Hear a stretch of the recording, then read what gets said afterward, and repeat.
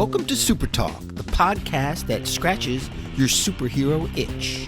Just two suburban dads nerding out over superhero stuff on the small screen and the big. Buckle up, people. Enjoy the ride.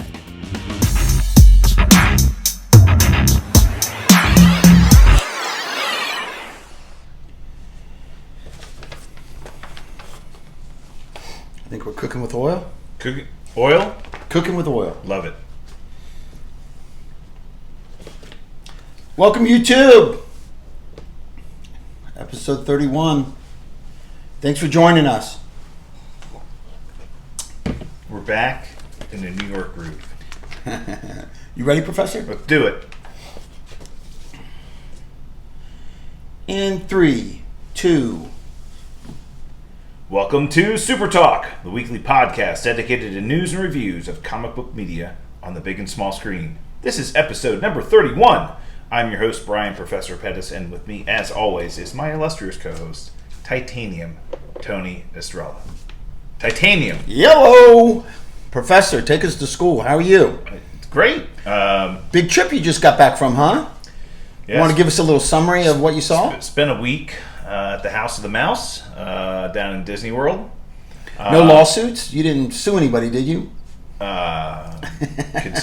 Considering that lines were a little long and some rides were not working for periods of time, and there were no. The rides not working is unacceptable, but lines no fast long, passes. I mean, come on. I mean, so a little tough. I do have something to share with the audience. I want to save it for the news and reviews because I think it's pretty important. Very good. Put it in the agenda, so we'll touch on that. But yeah, good trip. We had quality family time with my son and my daughter. So here's the great thing: my son was the one who kind of perpetuated the trip to Disney this year.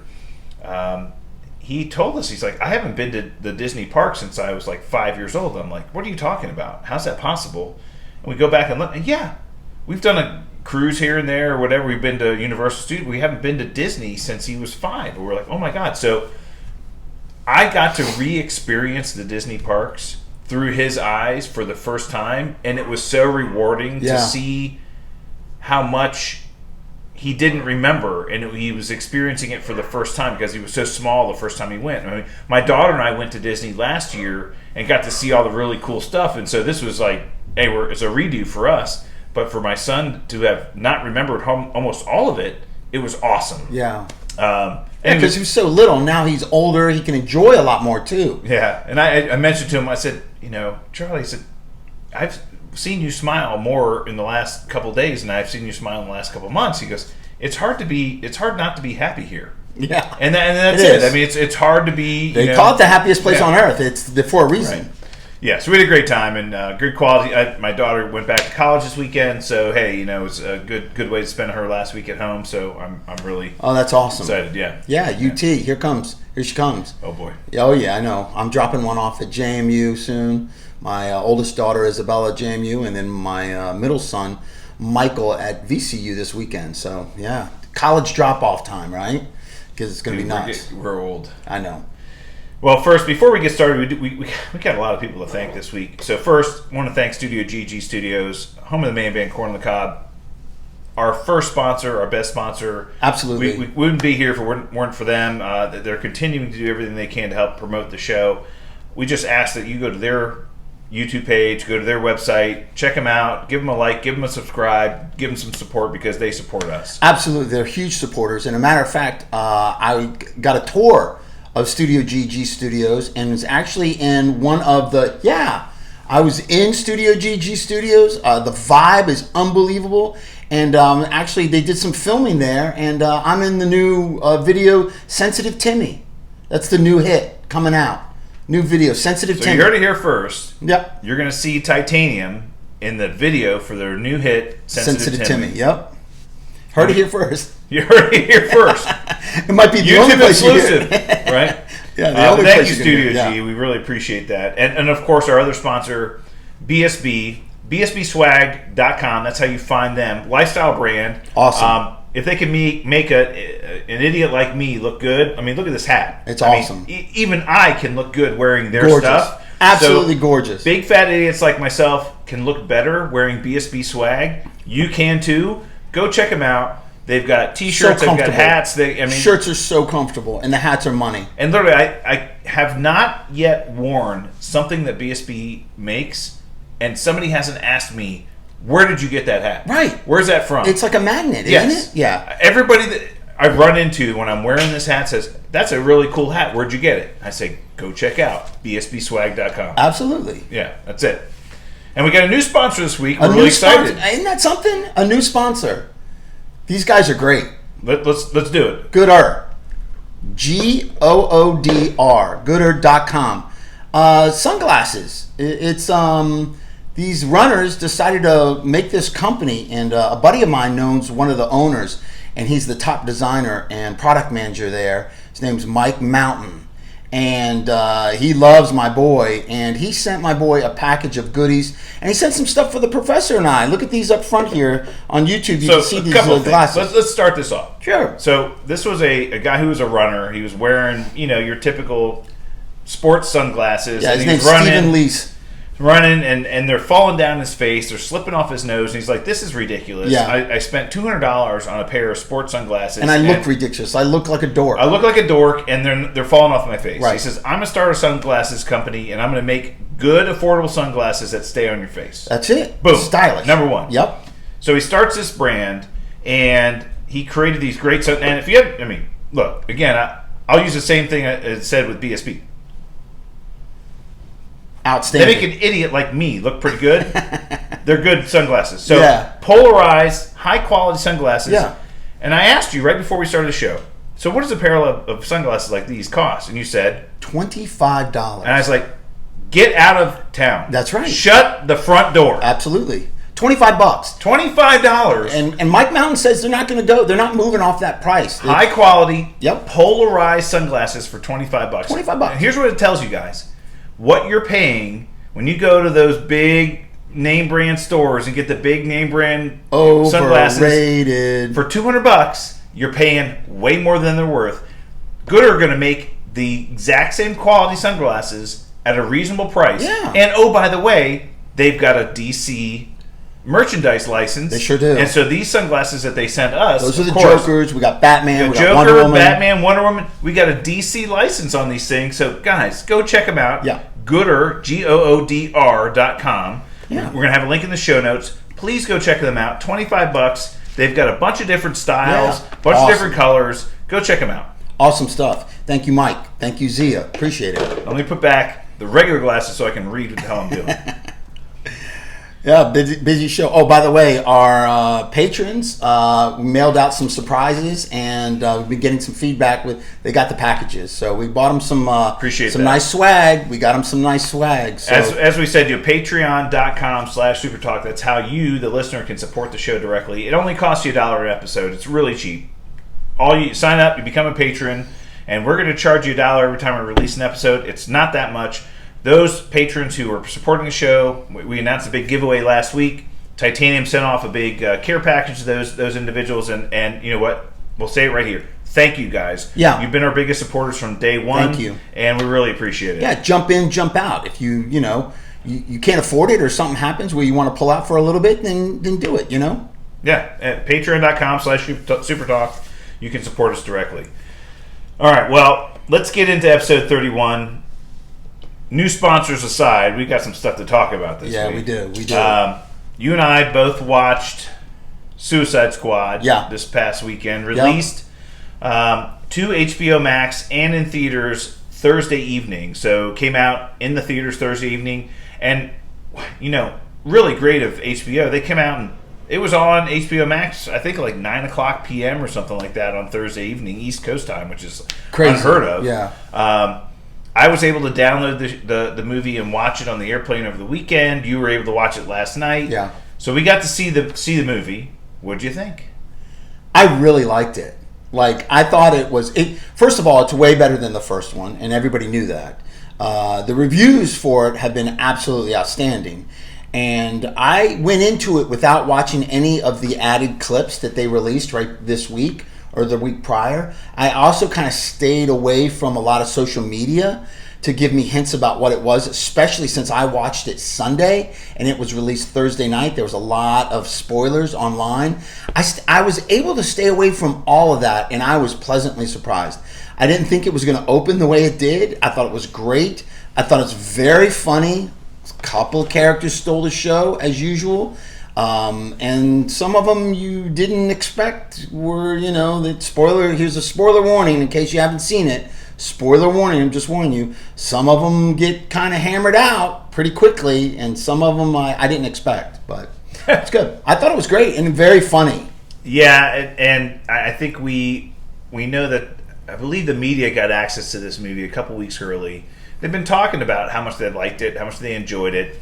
The first Suicide Squad, I think, was undeservingly panned in, I'll say, popular reviews. They didn't really like the first movie, which was called Suicide Squad. Yep. There are, I believe, 3 returning characters from that original movie: Harley Quinn, Captain Boomerang, and Colonel Rick Flag. Right. And Amanda Waller. Amanda Waller, yeah. They're coming back. But if you haven't seen the first movie, probably better for you to start this one, because it doesn't matter. There's no history that you need to be aware of, nothing you need to know. There's a couple of tie-ins, but nothing that would affect this movie in any way. At all. And this was James Gunn. So he was, just a little bit of background, James Gunn, as you all probably are aware, was fired by Marvel. This is the director of Guardians of the Galaxy Volumes 1 and 2. Brilliant director, brilliant writer, did a lot of movies. And got caught up in the woke, Me Too situation, where he said something potentially insensitive on social media like 10 years ago. 10 years ago. Absolutely. Somebody pulls up some Instagram or Facebook, probably MySpace but 10 years ago, right? I think it was Twitter or something. 10 years ago that he said, and used it against him. And Marvel, of course, being very socially sensitive, let him go. And Warner Brothers snatched him up, said, come on over to Warner Brothers. Yeah. We're all happy to take you on. And frankly, they gave James Gunn carte blanche. They said, they did. What project would you like to do? He said, as long as I have complete control of the story and there's no changes or interference, I will come aboard. And as long as and he wanted Suicide Squad. He loved those characters. They said you can do everything. I think they gave him a couple of exceptions. I think they were still trying to iron out the Ben Affleck Batman movie that they were trying to potentially make, and then there was the Matt Reeves version that they were thinking about as well. And Joker, I think, no Joker. So I think they said basically you can't, because Joker I think was already in production, so they said you can't use that character, you can't use Batman, but everybody else is up for grabs. And frankly, they wanted him to take on the new Superman movie. That was the one that DC wanted him to take on. He's like, no, I don't want these big properties. Right. I don't want Aquaman. I don't want Wonder Woman. I won't Superman. I'm going to take on something that's near and dear to my heart, and that's a Suicide Squad. So he had an affinity for these characters, and he wanted to bring a story to the screen that he felt really wasn't told. Yeah, and he could use his style of storytelling, which is a lot of humor, a lot of gore. And I thought it was awesome. Yeah, I thought it was really good. I enjoyed it. It was entertaining. And it kind of shocked me because I wasn't expecting the beginning. Well, I knew what the story was kind of about, but I didn't know how it was going to lay out, and I thought he did it great. Well, and again, we know the What'd you feel about it? Did you like it or not? I enjoyed it. It was very entertaining. Yes. I thought some of the characters stole the show. I thought it was very comic accurate. I do believe they used some characters that a lot of people don't know a lot about and may have thrown them off a little bit. And we'll kind of talk about the big bad in the movie. I enjoyed it. It was very entertaining. I think it maybe got lost in some of the audience because they're like, what is this big freaking colorful starfish and what is it doing on screen? Yeah, I think they did a pretty good job of explaining where it came from. A little bit. But I think people forget that was not really the big villain of the movie. The big villain of the movie was the U.S. government. Yeah, right? And the starfish was just kind of the byproduct of the U.S. government cover-up. Yeah. And I think that gets lost in this. My wife and I watched it together, and she was like, It was so good. I really enjoyed it. It was fun until this big stupid starfish came out, and then I didn't know what happened. Like that's stupid. I'm ready to go to bed, and I'm like, whoa, wait. I mean, and frankly, Starro is one of the oldest comic book villains in the DC universe for the Justice League, right? It was, I believe, one of the first villains the Justice League fought when the Justice League comic book was first created. I believe it's one of the first, if not the first, villain that it fought. Right, was Starro. Right. So it was a big throwback to the early days of the golden age of comic books, which is great. And again, that's James Gunn, showing his respect for the comic books. Big pump fake for us, for you and me. They put all these big stars and these big names in the movie, like Michael Rooker and Nathan Lane, Phelan, Phelan, right? Yes, butcher it. Davidson. They had all these people in this movie. They were like, oh my god, they're playing these characters. Nathan Fillion. And they died within the first 5 minutes of the movie. Spoiler warning. Yeah. And we saw those pictures of the Suicide Squad and all these different characters. We've got Javelin and TDK and the Weasel and all these. We're like, oh, this is all fantastic. 90, almost all of them are dead within the first 5 minutes of the movie. Yeah. Like, okay, that's not the Suicide Squad. And we could have surmised that from some of the later clips we saw from the movie, but the Squad 2 was really the really big part of the movie. I felt that King Shark, voiced by Sylvester Stallone, stole the movie. Absolutely did. Was hysterical. Had great one-liners. Just the way that Sylvester Stallone played that character, who's just kind of a happy-go-lucky idiot savant type of character, and just num-num, wants to eat everything. Wants to eat. Developed a taste hysterical. for human flesh. Idris Elba was fantastic as Bloodsport. I mean, he was great. Played a very relatively unknown character, as the Suicide Squad is. Peacemaker played by John Cena. John Cena. Oh my gosh, the two of them had great chemistry. They played off each other really well. One line from the movie I remember. They're walking through this camp and killing these soldiers.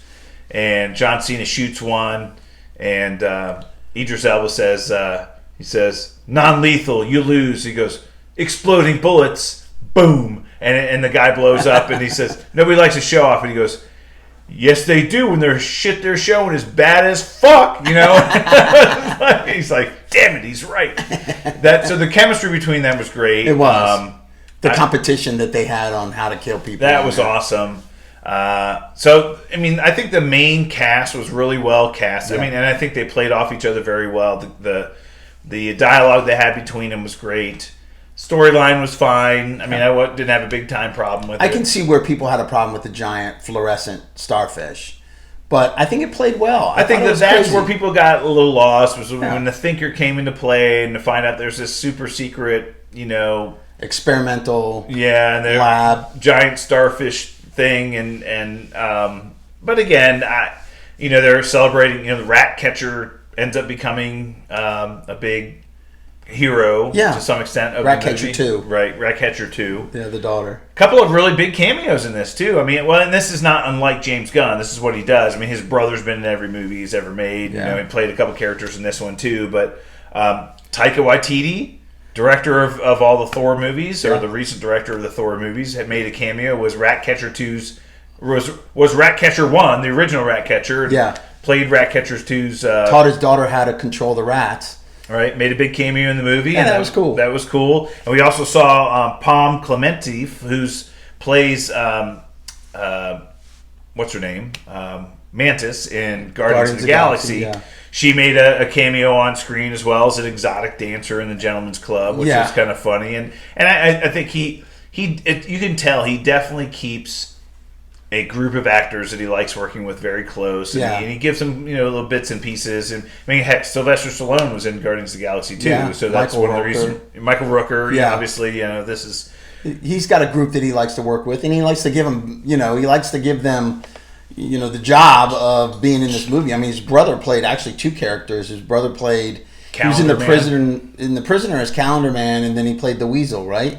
So it's kind of cool. Yeah, I thought it was great. I mean, very entertaining. If you haven't watched it, go check it out. It's on HBO Max. If you're an HBO subscriber, sorry about all the spoilers, but yeah, you get it for free. And review it. It's worth a watch. It is. It's absolutely worth the watch. Now, here's what we know: it did not do well in the theaters, and neither did a few that have come out that are supposed to be theater and streaming. Right. Kong versus Godzilla did not do well in the theaters.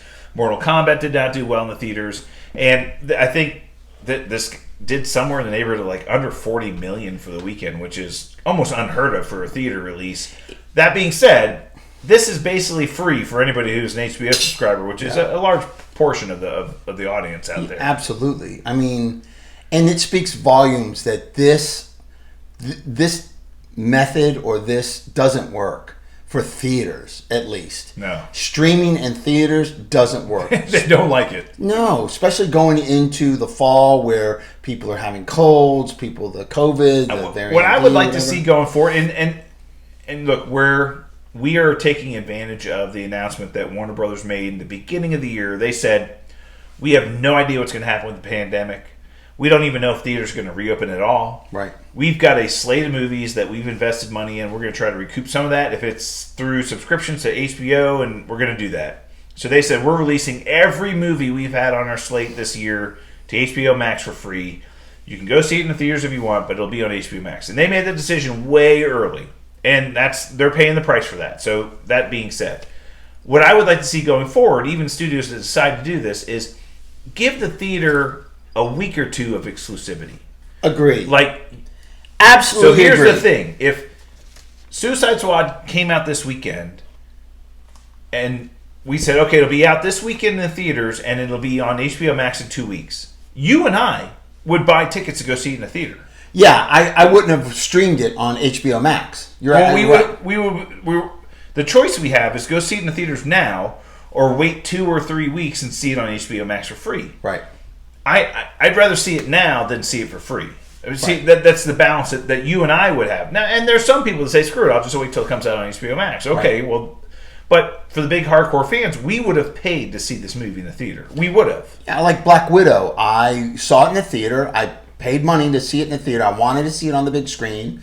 And then I also bought it, the premium Disney Plus access. I also bought it there because I wanted to watch it again and again.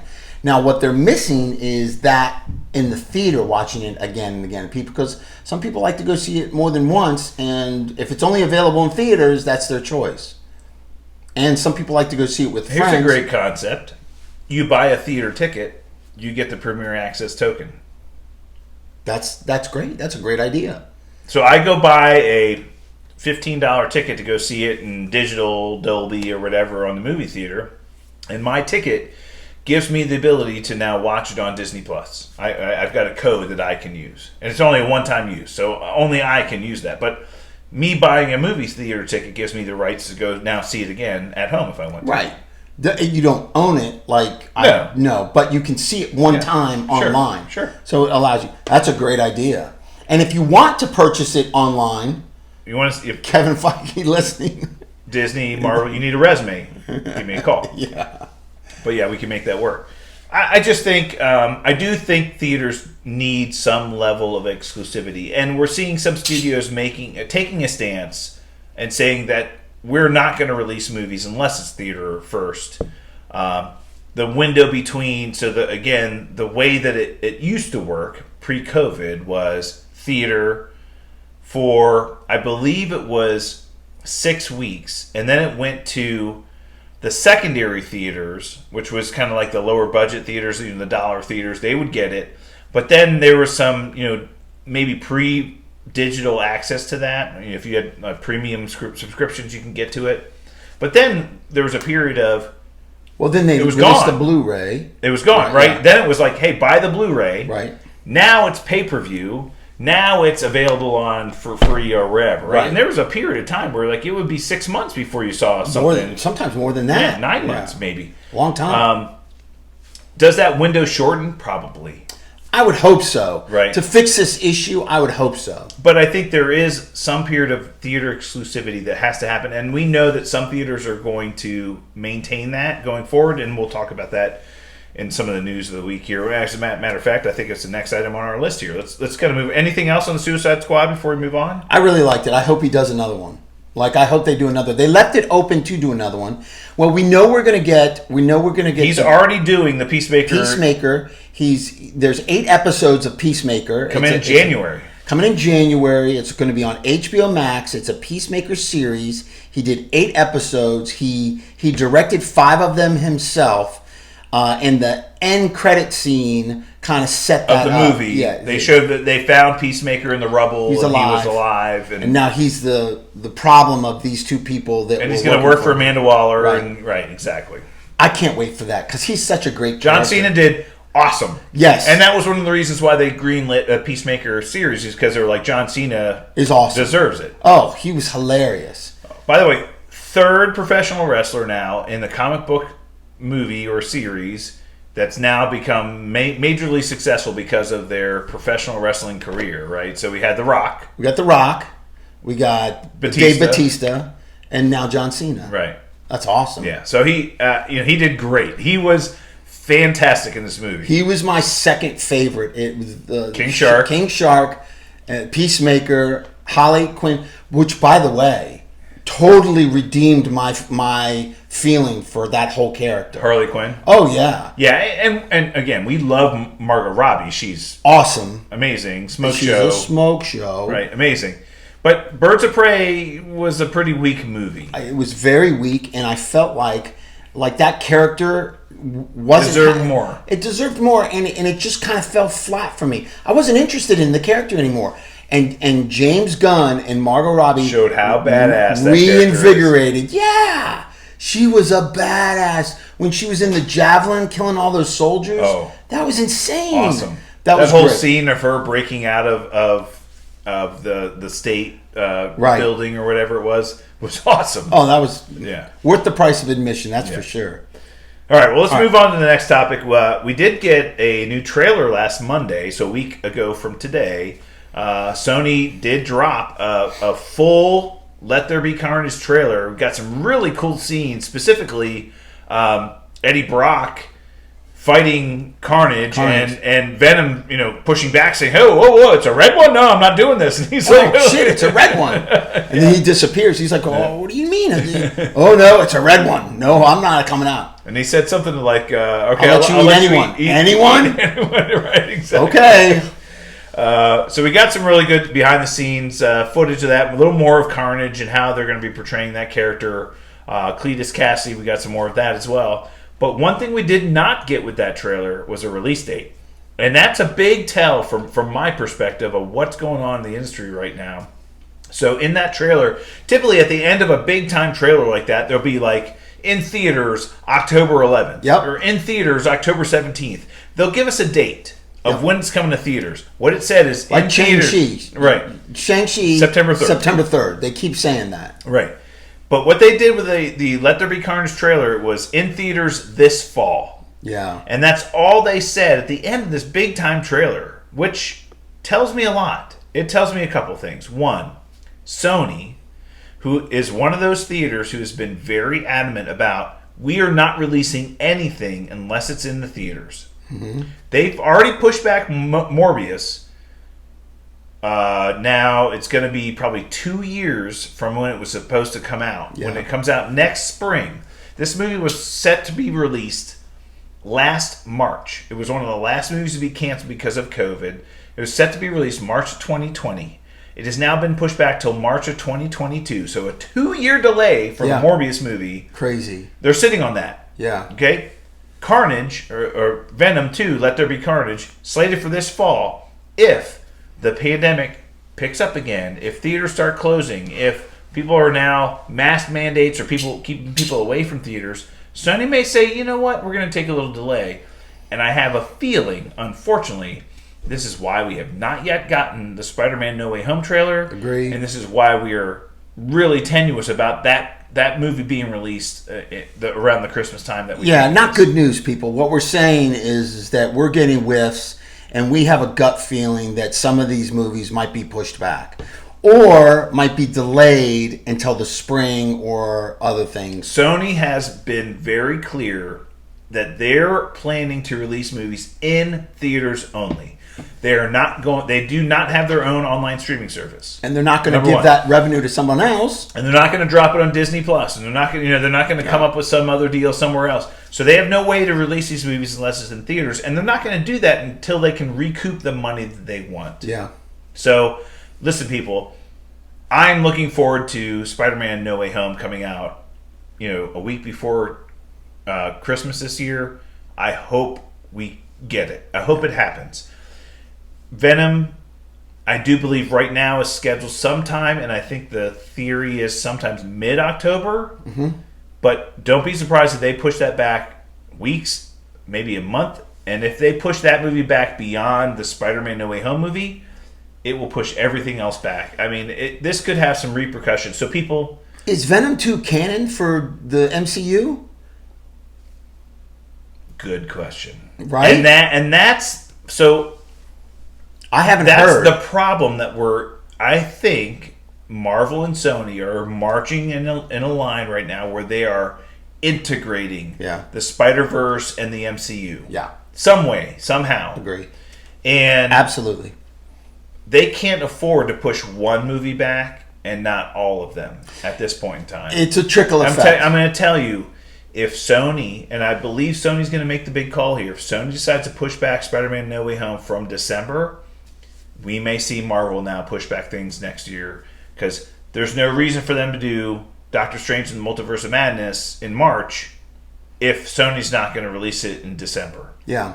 Because it has to. We know it has to come out first. We know Doctor Strange is in Spider-Man. Yes. We know that. Yes. Sony did come out this week and show promotional material for the movie, and it was Benedict Cumberbatch as Doctor Strange in the promotional material. So we know he's in that movie. Yeah. They're not going to release Doctor Strange until Spider-Man's released. So they're going to give Spider-Man No Way Home time to ferment and time to gain and recoup those dollar amounts. And look, I'm not going to make a political statement here. I'm not going to get up on a pulpit and tell you how I feel about things. But what you, as our listening audience, can do to help make sure these movies come out on time is go get vaccinated.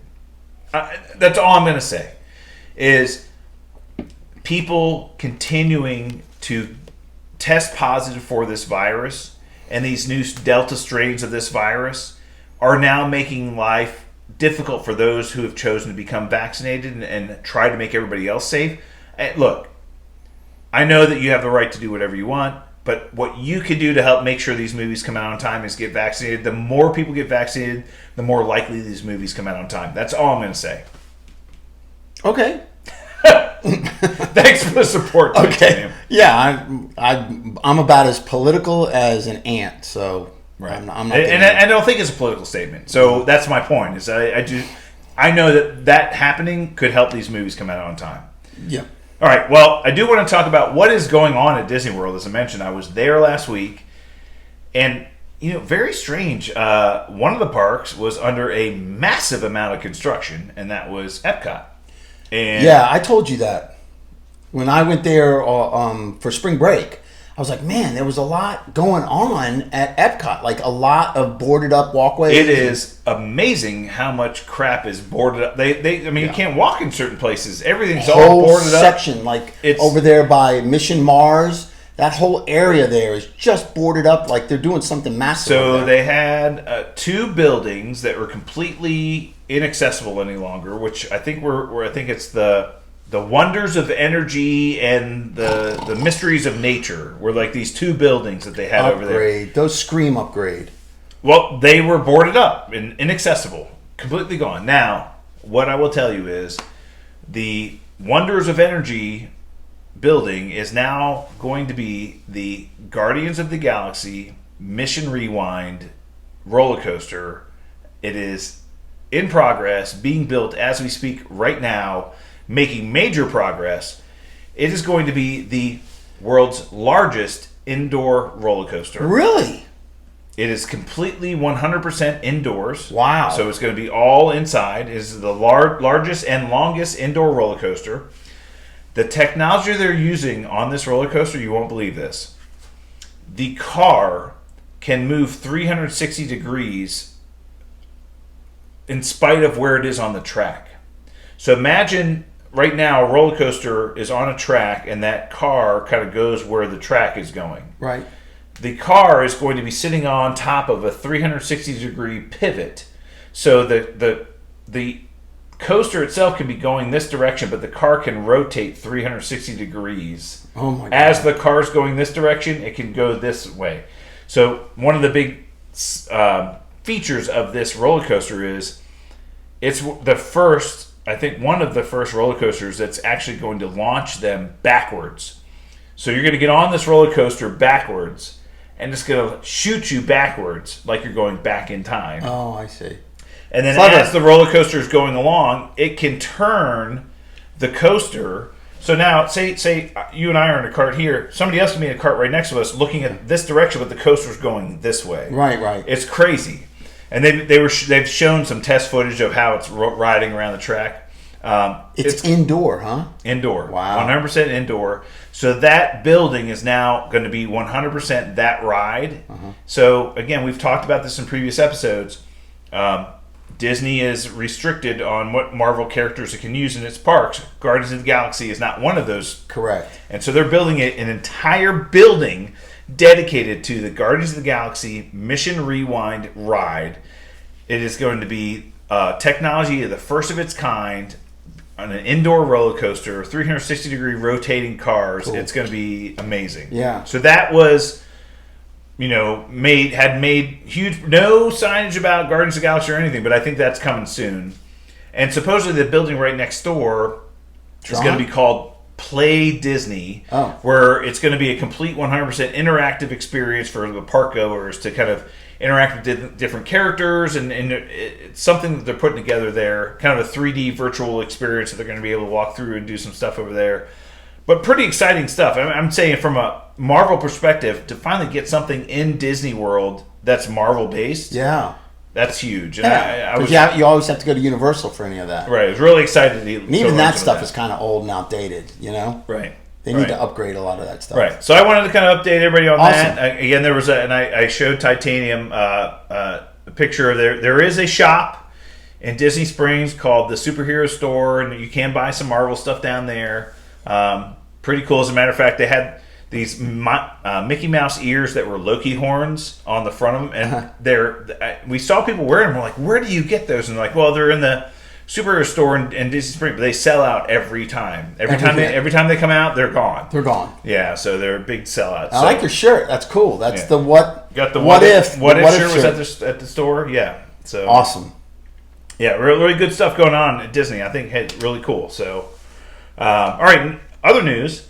So Ryan Reynolds, he's got a new movie coming out. What's his new movie that it's coming out like in a week, I think, right? Yeah. Free Guy? Free Guy. I think it is Free Guy, right? Is it a Free Guy? Free Guy. Yeah, something like that. He's a video game guy, like one of the extra guys in the video game. Yeah. Yeah, so he's doing a lot of press tours for his movie Free Guy. And he's been asked a lot of questions about Deadpool 3, as you can imagine. And what he did confirm was they are writing the script for this movie every day. They said it's a daily project. They meet daily. They talk about rewrites and script changes and plot changes. So they are in the process of writing this movie every day. And they asked him, so what are the percentage chances that this movie starts filming next year? He says, we're in August? He says, yeah, I think it's about 70% chance we start filming next year. Wow. So, that's huge news. Well, and again, they can start filming this movie in the beginning of 2023, and we still get it at the end of 2023. Yeah. That could happen. But as you and I went over the schedule last week, we think that the final movie we're going to get for 2023 in Marvel's Phase 4 is the Fantastic Four movie, sometime late summer, kind of August, September timeframe, which would leave another slot for a movie in the fall, winter, and we think that could be Deadpool 3. So they start filming this movie next year. that tells me it's coming out in 2023. Yeah, no question. So great news to That hear is that good he's news. making progress, and that there is no project, no character, no movie that's more important to Ryan Reynolds than Deadpool. Oh, So, that's his baby. Yes. Absolutely. That's great news. I didn't hear that. That's awesome. Yeah, so big time news from him. So hey, go see Free Guy, support the guy because he's a really good actor, and we want him to be successful so he can spend time doing stuff like Deadpool that we really wanted to do. Absolutely. Right?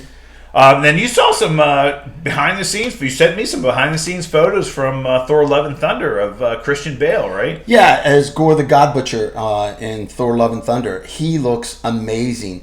And if you guys ever Google Gore the God Butcher, they always come up with this image that kind of looks like the guy from Harry Potter. What was his name? Voldemort. The evil guy, the bad guy. Voldemort. That doesn't have a nose. You're not supposed to say his name though. I'm trying not to, but you keep saying it. All right. It's like Beetlejuice. We're not supposed to say it. But anyway, Candyman. Oh boy, that freaks me out. I can't see that movie. That's too. I don't do horror. But he looks comic book accurate, kind of. He's like pale white, and what the armor that he gets from a god is called something dark. The dark evil. The dark armor or something, but he gets some kind of armor power that gives him these incredible powers. But I thought he looked great. I'm glad he's not CG. Here's what I noticed from those behind the scenes photos. Most of his costume is real. Yes. So we've been so trained on people being in CGI costumes. So an example would be Spider-Man. Almost all of his costume in Infinity War was CGI. So if you saw him on set, he was wearing this kind of polka dot jumpsuit. Black and white checkered with dots for the CGI, the computer graphic. Right. So he would walk around set in this polka dot jumpsuit, and they would paint on with CGI. Yeah. Computer graphics. They would make his suit, his Iron Spider suit. So that's what we're used to. When I saw Christian Bale in his costume, there's no CGI dots. There's nothing. He's wearing a costume and makeup. So he is now on set. And what's funny is they try to put these big hoods over these guys so that nobody sees them, but then they don't wear them half the time. Yeah. But it looked really cool. We're going to be able to see him. We're going to be able to recognize him. It's not going to be like a Josh Brolin. It's going to be him. So I think that's cool. Yeah, really cool. So look, guys. And again, that's one of the reasons I just don't want these movies to be delayed anymore. I know. We've got so much coming next year. Spider-Man in December, Doctor Strange in March, Thor: Love and Thunder in May. Let's just make it happen. I know. Please, people. They're working hard to make the movies. Let's work hard to make the movies come out. Please help us.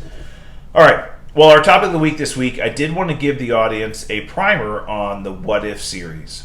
The What If series is coming to Disney Plus this Wednesday. 2 days from today, we are getting the first episode of What If. We've been teased. There's been commercials. What is this all about? Right? Right. And I brought one of the Marvel comics here, the original What If comic books that we had back in the comics. And again, we talked about this on previous episodes. The concept of the comic book was, let's take something that we're all familiar with, maybe the history of a character or a specific scenario that happened in the comic books, and let's change one thing. Let's make something different and see what would have happened if something different, or if we changed something. Yeah. And that was the whole and so there was a number. I've got several of these What If comics. I'll bring a couple out here in a few future episodes. But what if this changed? This particular comic is what if Iron Man was a traitor and he wasn't, as loyal to the U.S. government as our current version of Tony Stark was, and the Avengers had to fight against him versus being a teammate, right? So that's just one example. Well, that's what this series is all about. Let's take now. This is now playing on our knowledge of the MCU, of all the Marvel movies and all the Marvel TV shows that have been out so far. Can we change one or two minor things and something would change in the history? Everything that happened in the Loki series now turns the Marvel MCU on its axis and says, well, we can have some variations to this history now. Correct. Right? So there's a multiverse, and there's all these different variants out there of things that could have happened. Well, it explains, or it tells the story of what if a Nexus event happened in the Captain America story? And the Time Variance Authority weren't there to stop it. Correct. And it splintered off into its own story. Instead of following the path that we do know of Captain America, what if a Nexus event happened and it splintered off into something else? I think it's brilliant. Now, this is an animated series. It is an animated series, and that's the only downfall I can see. Now, that being said, almost every actor came back to voice their character in this series. Yeah. So every actor that played these characters in the movies came back to voice their characters in this show. There's a couple of minor exceptions which we'll talk about, but they're playing the same characters they played in the movies on this animated show. Now, here's what we know. It starts this Wednesday with episode 1. We are getting 9 episodes of this show, which is great. So it's not every Wednesday we get a new episode. Right. It's not the 12 episodes we got with WandaVision. It's not the 6 episodes we got with Falcon and Winter Soldier or Loki. We're getting kind of something in between that's going to wet our whistle, which means that final episode is going to finish in the first week in October, which is fantastic. 9 episodes is great, right? The show is being hosted by an actor, Jeffrey Wright. You would remember Jeffrey Wright. Yeah. He played, most notably, Bernard from Westworld. If anybody's got HBO and you've watched the Westworld series, Bernard is an iconic character on that show. He's recently done a lot of Dell commercials. You probably recognize him from the Dell commercials as well. He's playing Commissioner Gordon in the upcoming Matt Reeves movie. Batman movie. Yep. So Commissioner Gordon. He's become very popular since his run on Westworld. But great actor. He's the narrator for this. He plays the Watcher. He's playing a character called Uatu the Watcher, and the Watchers in the Marvel Comics were a race of alien beings who were charged with watching and recording history. They were not allowed to influence it. They were not allowed to change anything, but they were charged with observing and documenting history. And so he is now narrating what's going on, so we'll get kind of the viewer's perspective through his voice. Yeah, awesome. It'll be great. He's got a very distinct voice, too. Yeah. It's fantastic. And we did see kind of the concept of the Watchers in Guardians of the Galaxy 2. There was a scene where they're popping through space, and this was the Stan Lee scene from Guardians of the Galaxy 2 where he's sitting around with a bunch of other Watchers, right? Yeah. So the thought process is he is actually a Watcher, which is kind of funny and to begin with. Stan Lee and all his cameos. So October 6th. It goes till October 6th. Yeah. So we get this through the first week in October. And we know that, again, Hawkeye's coming out November 17th, I think it was. November 24th? 24th. Yeah, around Thanksgiving. I think, right before Thanksgiving. First week in October, Thanksgiving, that's a good 6 weeks that we could get another series if they've got one. That was our philosophy, right? That was our guess. But, so we get Shang-Chi in September. We get Eternals in November. And then a trailer. I just don't think that they have this through October 6th and then have nothing until Thanksgiving on Disney Plus. No, there's something coming out. I think that'd be cool. No trailer, no nothing, just drop Ms. Marvel. Yeah. I think that would create a flurry of free marketing for them, free advertising, because it would blow up, right? It would blow up online. I think it would be great. Well, let's kind of talk about what If is supposed to be. So originally, when the trailer first dropped at D23 a couple of years ago, we were told, oh, this is going to be a kind of animated version of some alternate realities of Marvel stories that you're familiar with. And we got some clips and we're like, oh, what if Haley Atwell became Captain America, right? What if Peggy Carter became Captain America instead of Steve Rogers? Oh, that's the first episode, right? That's a cool one. And so, and Marvel Zombies. Oh, that's a cool one. Yeah. So we thought that each one of these episodes was going to be self-contained. Hey, we're going to have these different stories of these changes we're going to make to Marvel history, and this is what it would look like if this, right? What we've learned since then now is these 9 episodes are connected. They're intertwined. They're going to follow some serial parallel path. We may have individual stories each week, but they're going to connect somehow, some way. Ultimately, it's going to lead to a team forming called the Guardians of the Multiverse that are now going to be formed to kind of protect these realities that they're part of. And I mean, I was all under the assumption these were going to be standalone, episodes. And then all of a sudden now we've been told, no, they're all connected. And oh, by the way, this is going to be canon to the Marvel Cinematic Universe. So everything that happens in this show can be referenced, talked about, referred to, or even we'll see some of these characters in future movies. Is it possible in Doctor Strange and the Multiverse of Madness that he enters some universe where Peggy Carter is Captain America? Or Captain Britain? Or Captain Carter or whatever she is? Yes. Yes. She can show up in that movie now. Yep. So these characters are not just for this animated movie or animated series. They could show up in future movies. It's MCU canon. Right. I like it. That's great. Yeah. Also, so we know. So let's talk about what we see or what we've seen in the trailer so far. The different characters and different storylines that we know about, and we can kind of infer some other ones, but. The trailers have shown us, as we talked about, Peggy Carter becoming Captain Britain or Captain Carter, right? She gets the super soldier serum instead of Steve Rogers. Correct. She becomes, what our version of Captain America. She's now Captain Carter. Gets the shield. It's now got a Union Jack on it instead of the Stars and Stripes. Really good story. And then Steve Rogers, though, becomes the pilot of the prototype Iron Man armor that Howard Stark, Tony Stark's father, creates. Right. And he pilots this, and they become teammates, and they kind of fight with each other in World War II or whatever it is. We've seen that in the trailer so far. We've seen Tony Stark in the original Iron Man, kind of the first scenes of Iron Man, and then Warmonger shows up and saves his life, and the two of them team up somehow and are now partners. But he never was captured by the Ten Rings organization and never had to become Iron Man, but now they're working together somehow, and we'll figure out where that goes. Yeah, that'd be cool. We do see T'Challa, so this is the one I'm looking forward to the most. He's the one who gets picked up by Yondu in Africa. Instead of Peter Quill, it's now T'Challa. He gets picked up and he becomes a Ravager. He becomes Star-Lord. He basically becomes Star-Lord instead of Peter Quill, and again, we know Chadwick Boseman voiced this version of himself in these shows. So this is his last performance in a Marvel show as Black Panther or T'Challa, the character. But he did voice this. That's going to be great. He's going to be basically part of the Guardians or the Ravagers. We'll see where that goes.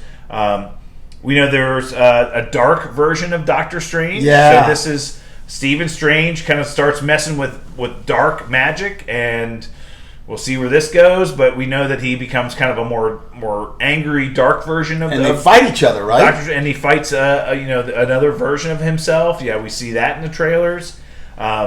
We see the zombie Avengers. So this is Captain America.